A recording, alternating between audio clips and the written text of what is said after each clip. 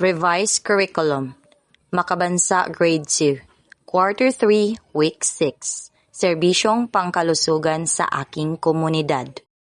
Balik-aral, ano-ano ang ginagawa ninyo kapag kayo ay may sakit? Saan ito makikita? Ano ang ginagawa sa lugar na ito? Ang layunin ng aralin ay natutukoy ang serbisyong pangkalusugan sa kinabibilangang komunidad. Barangay Health Workers or BHW. Ito ang mga volunteer na manggagawa sa kalusugan na nagsisilbi sa kanilang sariling barangay upang tumulong sa pagpapalaganap ng kalusugan at kagalingan ng mga tao sa komunidad. Isaayos ang mga letra upang matukoy ang tamang salita. Number 1. Ito ay espesyal na sasakyang may kagamitan para sa paghahatid sa ospital ng mga may pangangailangang medikal tulad ng may sakit, manganganak, at sugatan.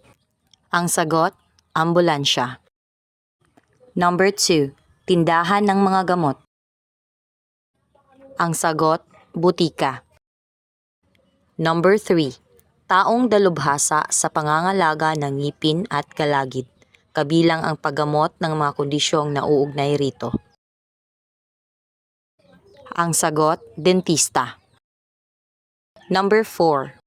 Taong nagtatrabaho upang mapanatili at mapabuti ang kalusugan ng mga tao sa komunidad. Ang sagot, health worker. Number 5. Taong nagpapaanak sa mga buntis o tumutulong sa pagpapaanak. Ang sagot, komadrona. Obserbahang mabuti ang mga larawan na nasa screen. Ano ang ginagawa ng bawat isa?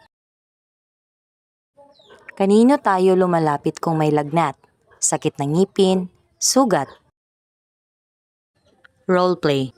Makinig sa sasabihin ng guro o leader ng grupo. Ito ay isang sitwasyon na maaaring mangyari sa tunay na buhay. Isigaw ang tamang sagot bilang tugon sa tanong.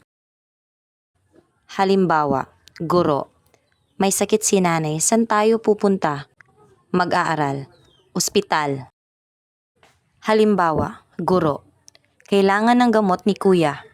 Mag-aaral, butika. Ipatukoy ang mga serbisyong pangkalusugan na makikita sa kinabibilangang komunidad. Ipalarawan ang mga ito. Tumawag ng mga mag-aaral upang magbahagi ng kanilang sagot. Gawain. Number 1.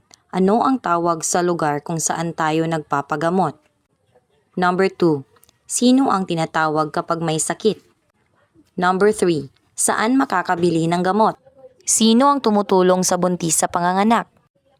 Bakit mahalaga ang mga serbisyong pangkalusugan?